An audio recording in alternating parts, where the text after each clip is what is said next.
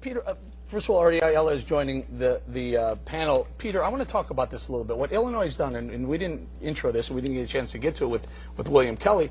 They floated a bond. They sold a bond to pay its pension obligation this year. In other words, they're buying time. They're paying off. It's almost a Ponzi scheme. It's like it's something Madoff might do. Well, exactly. I mean, that's common throughout the municipalities and states around the union and the federal government itself. You know, and they don't have to account for this. They're borrowing to pay current expenses, and now they dig themselves into a deeper hole. This has to end, and I think it's going to be brought to an end soon by the markets, because I think interest rates are headed much higher. Look what they did, Lamont Hill. You're shaking your head, but here's what they had to do. They had to go pay an effective 6.1% rate on this $3.7 billion. Work with me here a little bit.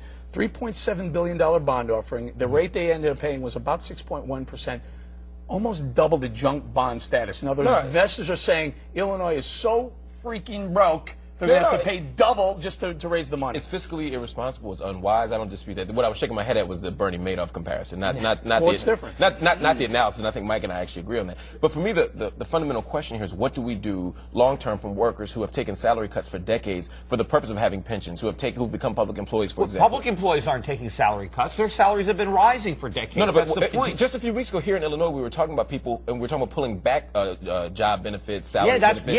After years and years of raising them. For example. Instead, Mark, I'm sorry, apologize, but instead, Illinois didn't do that. They raised the personal income tax 66%. Hang in there, guys. Let me get Artie. You're listening to this on this stuff. It's craziness. The noise is sneak in here, by the way. So, I don't know. I just tiptoed through the tulips. Look, Eric, hats off to you for really focusing this, targeting this. You're right when you talk about it's a Ponzi scheme, but it's accepted. Because it's a public Ponzi scheme as opposed to a private Ponzi scheme, and they're public schemes. They're public. It's the way we do business. We basically rob Peter to pay Paul, and it's got to end. And you're right. A school teacher, and my sister's a school teacher. God bless her. When my mom was a school teacher, she made $5,000. My sister now makes $90,000. And she only works for 9 months. Hold on. He thinks it's too much. Baker, you imagine being hold on. You imagine being a resident of the state of Illinois, knowing that your government is selling bonds at double the rate that they could be selling them at junk bond, less than junk value. That's what you have to look forward to. That's what your kids have to look forward to. I live in Connecticut, and Connecticut's a mess, right? I mean, not only that, but we're in the top 3 of paying taxes, you know, state and local. But I'm going to come at this from a different direction. I think that the Republicans have actually done the math wrong on this. I think that what this has done now, overall, the big picture, the fact that we're talking about this so much, that this has risen to the top, I think what this has done is it's awakened all those voters that the Democrats and the Obama administration were worried, how are they going to get them out and show up for 2012? You know they don't care. They do. I guarantee you this is going to come back and where bite the Obama's going to get his money. He's going to get his war chest. He's going to get it from Trump. Get a finger. Well, get a fingers out now. Go ahead, Peter, last thought. Well, you know, it's not just that the interest that they're paying. They got to pay back the principal one day on top of everything else that they owe. 30 years down the road. No. But what's going to happen when interest rates rise? What happens when they're paying 10% or 12% or 15% to try to sell these bonds? What happens when this whole thing implodes? You know, Ponzi schemes don't work just because the government runs them. They can work for longer because you have the law forcing people to participate, but eventually it falls apart, and the results are just as disastrous. We fundamentally disagree on this. What we agree on is that it's fiscally unwise and there has to be a long-term strategy. But your strategy is to take everything away from workers, and that's my... Well, your strategy is to take everything away from taxpayers, private sector workers, and transfer it to the government. Again, coming up in my weekly slugfest, the Verge Monero, the angriest mayor in America, the Fox Business Network. According to the Government Accountability Office, government overlap is costing taxpayers hundreds of billions of dollars. Take a look at some of these bloated programs, including 47 programs for job training and 20 offices devoted to homelessness, and many, many more idiotic, wasteful programs, too numerous to mention. Here's what Oklahoma Senator Tom Coburn had to say about the findings. Quote, "This report will make us look like jackasses. Go study that. It'll show you why we're $14 trillion in debt." Let's bring it out to the panel. Artie, here's the report, 37 pages of overlaps, bloat. I thought we were going to get line-by-line cuts. Go. And what people should know, because this is really important, GOA is a nonpartisan entity, so they're supposed to be looking at this in a very neutral way.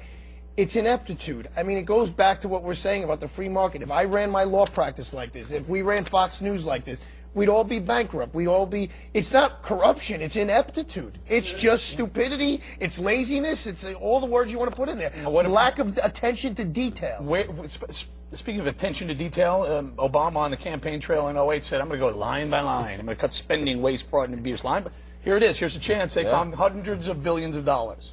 Some of the things, well, two things. One, he hasn't done that, right? We can all agree that there's still plenty of fat here. There's still plenty of things that could be cut out. There's plenty of overlap. That's a problem. However, some of the things on that list, and I've looked at some of them, I don't think it's necessarily overlap. I think some of them are necessary, but there's still billions of dollars of things that shouldn't be there. In all fairness, you're right. They're not outlining every dollar that's spent. They're saying, well, if there's $5 billion here, and then there's another program spending $4 billion on the same program, maybe they could cut that, maybe make it 7 instead of 9. No, perhaps, but that's different. For example, with teacher quality, we have all these multiple programs. There are multiple programs with multiple foci, right? That's okay. I'm not against that. However, on the whole, we're spending billions of dollars unnecessarily. I think we're all in agreement here. It's a problem. What were you saying about CIA? You said you want to get rid of CIA. That's the first on my list, man. CIA is about as efficient. I mean, our budget is probably the size of your salary, quite frankly, Eric. But you know what? We're going to end up with 12 commissions to study this problem, first of all. That's what they're going to do. They're going to form multiple commissions to resolve how to get to the bottom of this thing. Having spent time in the federal government, the idea that there's redundancy, the idea that there's overspend, it's shocking. I'm I mean, look, what do you expect? This is government. There's always waste in government. That's par for the course. That's why you want to minimize how much government spends. Get rid of everything, though. Because you don't have the market forces. So what do we get rid of? What do we cut about?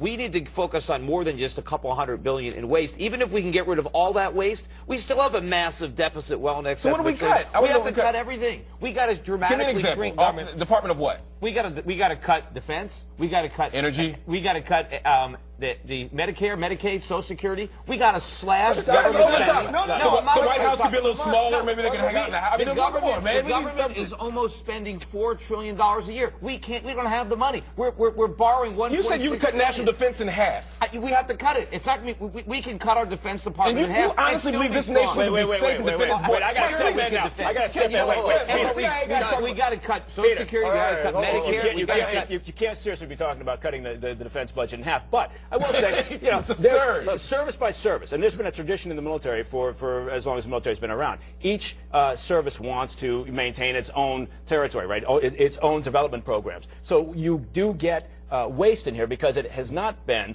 sufficiently streamlined. Now, I will say this to Defense Secretary Gates.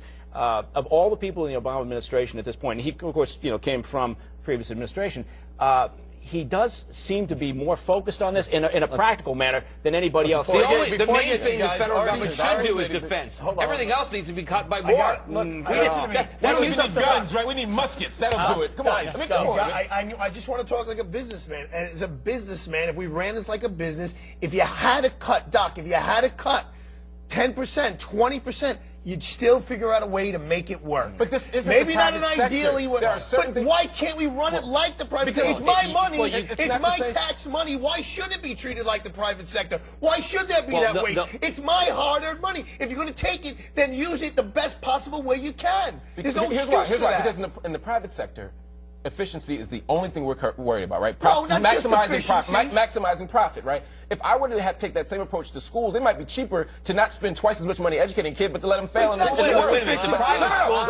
job is educating kids. No, here's my point. The free market has winners and losers. There are certain aspects of the public sector where you cannot have winners. And the real losers are the kids that are stuck in those public schools where there is no private sector, and they get no education. I'm squeezing Schiff's arm. Are you working out? You're huge. Got to